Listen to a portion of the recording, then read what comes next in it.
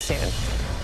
Well, this morning we continue to track Helene, which made landfall in Florida we know as a Category 4 hurricane. The strongest hurricane on record to hit Florida's Big Bend.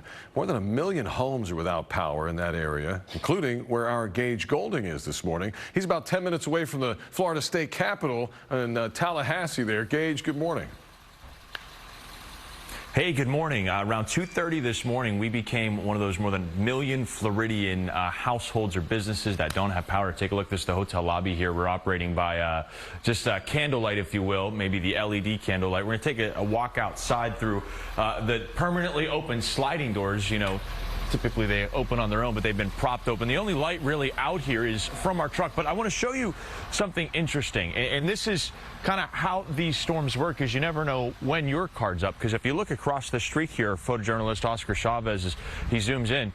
Well, across the street, they have power. Street lights are on up and down the boulevard. It looks like lights are on. So something local must have happened here to knock the power out. But about 52% of Leon County is without power. That's where Tallahassee is, the state capital. We're about 10 minutes away. So throughout the night, we heard those loud explosions, the arcing of the transformers. But just to the south of us, several counties just to the south of us, where Helene made landfall, 100% without power. That's the story this morning as people start to begin to make their recovery. And what we did is we were at a hotel that just so happened to be picked by a lot of people evacuating from those coastal communities. We caught up with a couple people that were here hoping to make their way back tomorrow. Take a listen. This is our first hurricane, so we figured we might, the way they were building it up, it was best just to play it safe. And hopefully, if there's damage, it won't be devastating, but if there is, that's what the insurance is for. That's what the insurance is for. He's hoping he doesn't have to use those words and use that insurance. He's hoping he can head back today, but some of the images that we've already seen coming in from the coast are just absolutely heartbreaking. We were watching live feeds from their home security cameras that were running off generators because the power there went out around 7:30 last night. So we were watching those live feeds from home security cameras, and so we couldn't anymore. So we're going to check in with him here in just a little bit as he wakes up.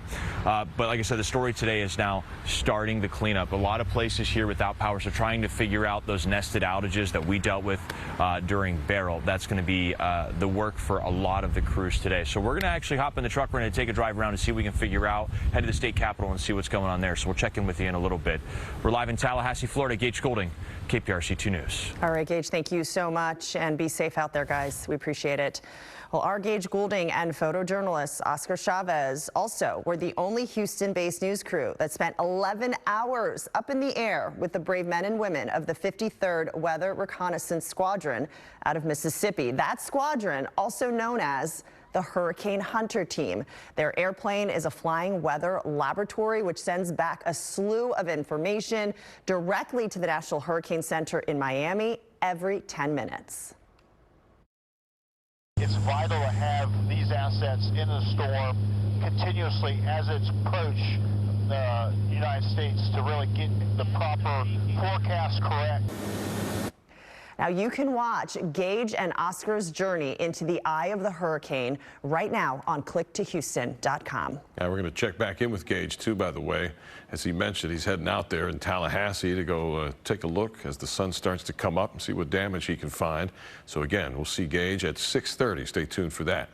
Now back here at home,